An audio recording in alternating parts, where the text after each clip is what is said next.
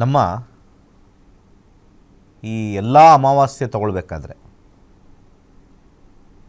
ಆಕಾಶದಲ್ಲಿ ನಮಗೆ Galactic lights ಅಂತ ಬರುತ್ತೆ. ವಾತಾವರಣದಲ್ಲಿ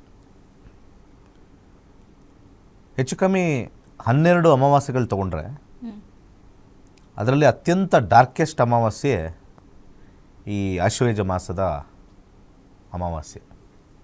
ಡಾರ್ಕೆಸ್ಟ್ ಅದು ಕಾಸ್ಮಿಕಲ್ಲಿ. ಆ ನಿಯಾನ್ ಲೈಟ್ಸ್ ಅಂತ ನಾವೇನು ಕರಿತೀವಿ, ನಾರ್ತ್ ಕಡೆ ಹೋದರೆ ನಿಮಗೆ ಲೈಟ್ಸ್ ಗೊತ್ತಾಗುತ್ತೆ, ಡ್ಯಾಸ್ಲಿಂಗ್ ಲೈಟ್ಸ್ ಅಂತ ಕರೀತಾರೆ, ಅದು ಕಾಸ್ಮಿಕ್ ಲೈಟ್ಸ್ ಅಂತ ಕರೀತಾರೆ. ಈ ಟೈಮಲ್ಲಿ ಭೂಮಿ ಉತ್ತರದ ಕಡೆ ಇರುತ್ತೆ. ಸೂರ್ಯನ ಸುತ್ತ ಒಂದು ಪ್ರದಕ್ಷಿಣೆ ಹಾಕಬೇಕಾದ್ರೆ ಇವಾಗ ನಾವು ಉತ್ತರದ ಕಡೆ ಇದ್ದೀವಿ. ಹಾಗೆ ಈ ಕಡೆ ಬಂದರೆ ದಕ್ಷಿಣದ ಕಡೆ, ಅಂದರೆ ಇದು ನಾರ್ತ್ ಪೋಲ್ಗೆ ನಾನು ಮಾತಾಡ್ತಾ ಇರೋದು. ಸೆಲೆಸ್ಟಿಯಲ್ ನಾರ್ತ್ ಪೋಲ್ ಅಂತ ಕರಿತೀವಿ. ಸೆಲೆಸ್ಟಿಯಲ್ ಸೌತ್ ಪೋಲ್,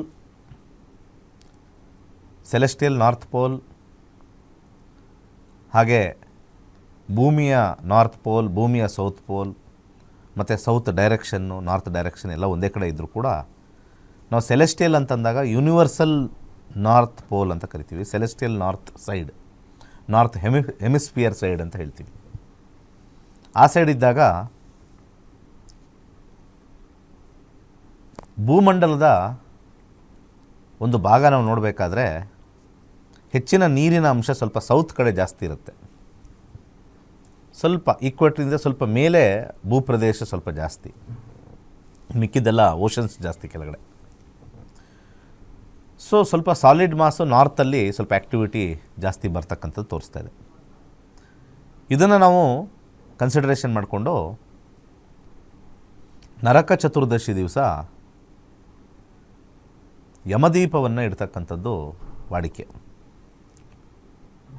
ಅಂದರೆ 19ನೇ ತಾರೀಕು ಅಥವಾ 20ನೇ ತಾರೀಕು, ಯಾಕಂದರೆ ತಿಥಿ ಬದಲಾಗಿದೆ, ಹಿಂದೆ ಮುಂದೆ ಆಗಿದೆ. ಯಾಕಂದರೆ ಕರೆಕ್ಟಾಗಿ ಬೆಳಗ್ಗೆ ಬಂದು ಸಂಜೆ ಬರೋದು. ಬೇಕಾದ್ರೆ ಭಾನುವಾರನೂ ಇಡ್ಬೋದು, ಇಟ್ಟಿದ್ದವರು ಸೋಮವಾರನೂ ಇಡ್ಬೋದು. ಯಮದೀಪಂ ಅಂತ ಮೊದಲು ನಾವು ಕರಿತೀವಿ.